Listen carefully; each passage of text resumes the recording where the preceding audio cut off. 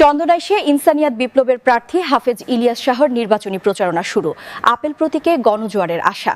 বিস্তারিত দেখুন প্রতিবেদনে।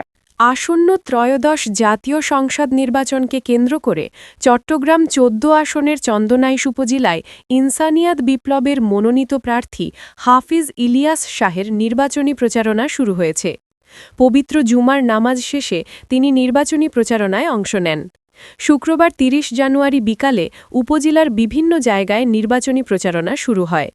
গণসংযোগটি চন্দনাইশ পৌর সদর থেকে শুরু হয়ে মামুন খলিফা মসজিদ, মৌলভী বাজার, বাংলা বাজার, সাতঘাটিয়া পুকুরপাড়, ধামাইল হাট, ইউনুস মার্কেট, নাজিরহাট সহ বিভিন্ন অঞ্চলে গণসংযোগ করছেন এবং সাধারণ মানুষের সাথে কথা বলে নানান প্রতিশ্রুতি দেন।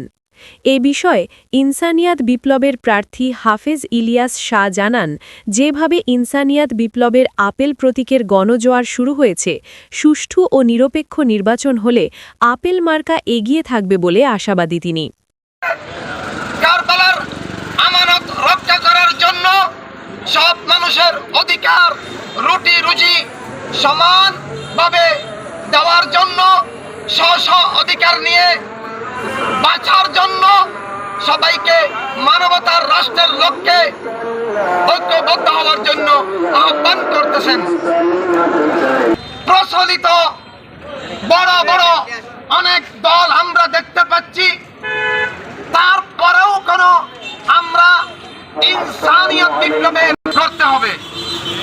আমরা অনেক পরিবর্তন দেখেছি, গণঅভ্যুত্থান দেখেছি, কিন্তু মানবতার কোনো পরিবর্তন হয় নাই। মানবতার রাষ্ট্রের কোনো পরিবর্তন হয় নাই। গোষ্ঠীবাদী স্বৈর রাজনীতির মাধ্যমে যেই রাষ্ট্র ব্যবস্থা, সেটা আসলে রাষ্ট্র নয়, সেটা আসলে তালুকদারি, জমিদারি।